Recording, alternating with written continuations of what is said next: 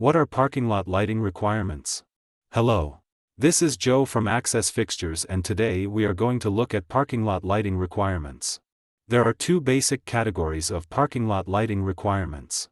The first parking lot lighting requirements are your objectives. What you want. The second set of parking lot lighting requirements is compliance with state, county, or local lighting ordinances. Most communities have ordinances that will influence the design and layout of your parking lot lighting. Until you know what you want and what your local communities requires, you can't design your parking lot lighting, so let's begin. What are your parking lot lighting requirements? These are the typical priorities. 1. The style of the light fixture. Style involves branding. Is there a style you want or branding aspect that you want conveyed? While a stadium or big box store might want 40-foot to 60-foot high mast parking lot lights, that height would not be appropriate for a fine dining restaurant or a country store. Post top lights might be more appropriate for the restaurant. The country store might opt for something on a wood pole. Be sure to discuss style with a lighting specialist. 2.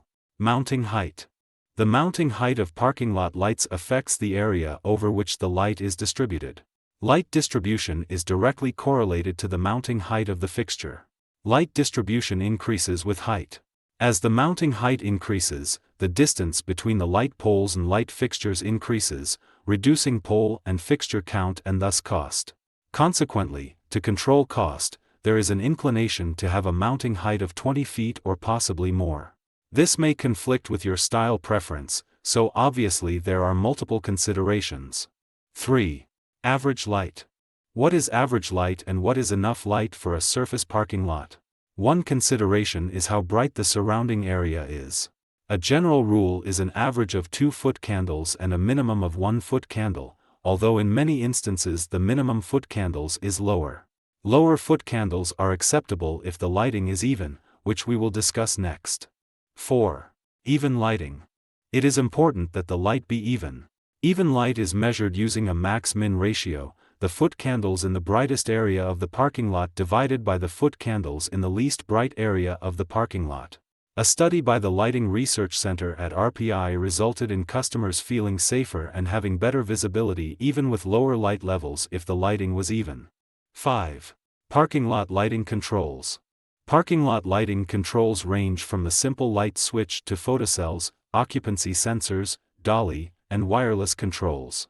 The most simple and cost-effective option is a timer clock combined with a photocell or photocells. What are your community parking lot lighting requirements? These are some of the frequently regulated aspects of parking lot lighting. 1. Mounting height. Just about every community specifies the maximum mounting height of parking lot lights. The maximum mounting height typically ranges from 8 feet to 20 feet, with some exceptions for industrial facilities. Even the cement pole mount or pedestal for the light pole might have a regulated height, and naturally the height is measured off the surface of the parking lot, not the top of the pole mount. 2. Full cutoff light fixtures. Full cutoff requires that there is little to no uplight from the lights. The light fixture must be aimed down to keep the sky dark.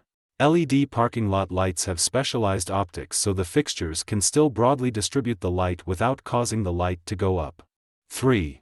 Dark sky compliant. Dark sky compliant builds on full cutoff. It means that the light fixture has to be full cutoff, and needs to be 3000 Kelvin or below, and needs to be fixed or have a non-adjustable mounting arm. 4. Energy consumption. More and more common are ordinances that regulate energy use.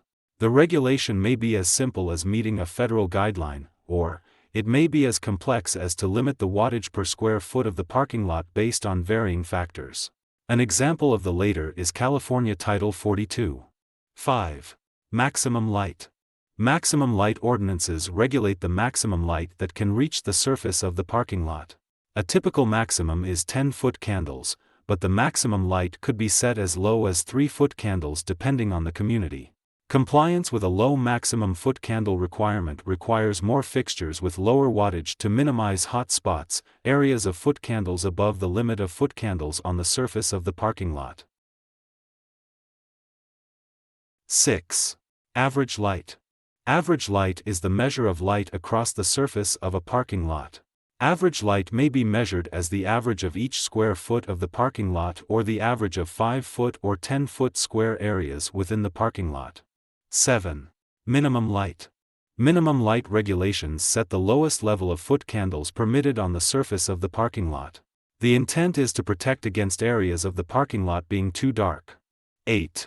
Max-min ratio.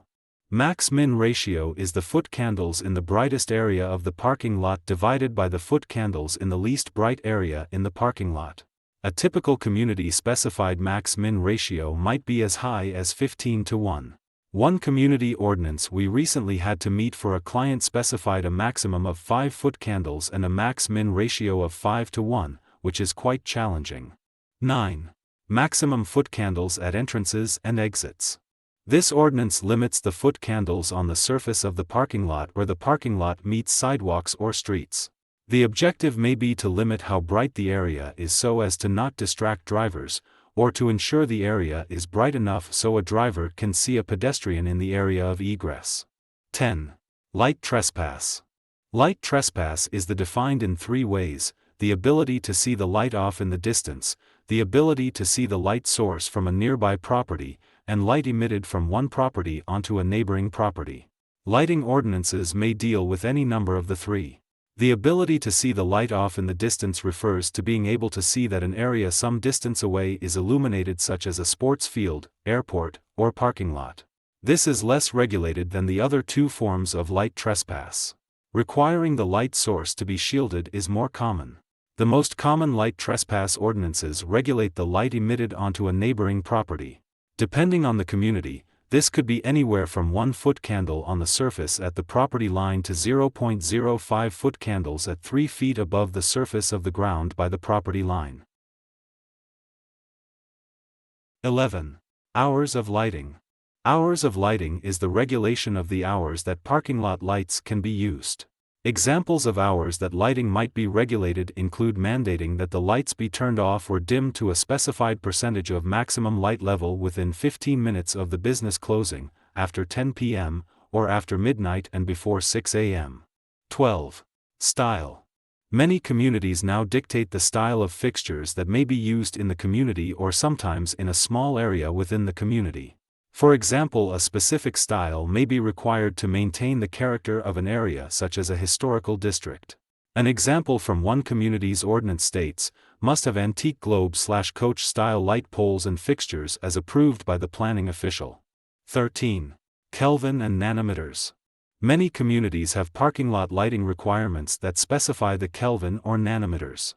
Reasons vary from aesthetic to environmental. Kelvin might be specified at 2200 Kelvin to keep the feeling of a historic district that was previously illuminated by high-pressure sodium lights or gas lights. Kelvin may be limited to 4000 Kelvin so the light emitted doesn't appear bluish. Examples of environmental reasons to mandate Kelvin or nanometers include 2200 K to maintain or reclaim dark skies, to protect the migration patterns of birds or bugs, or 590 nanometer to protect wildlife or sea turtles. 14. Color rendering. Communities specify that parking lot lights have a color rendering above a certain CRI. Reasons for specifying CRI include mandating enhanced visibility and maintaining community aesthetics. 15. Photometric study and parking lot luminaire cut sheets. Virtually all lighting ordinances require a photometric study that results in a lighting plan including point-by-point calculations showing compliance with the parking lot lighting ordinance. Along with the photometric study, the ordinances will require a cut sheet for each of the proposed light fixtures. Deciding your parking lot lighting preferences is fairly easy, as compared with meeting state or local parking lot lighting ordinances. If you need to meet state or local ordinances, you will have to determine how to best do that, and almost always will need a photometric study. Speak with an access fixtures lighting specialist. An access fixtures lighting specialist will be able to answer all your questions and can help you order a photometric study so you can meet all of the required ordinances. To speak with an access fixtures lighting specialist, call 800-468-9925 and speak with an access fixtures lighting specialist to find your parking lot lighting solution.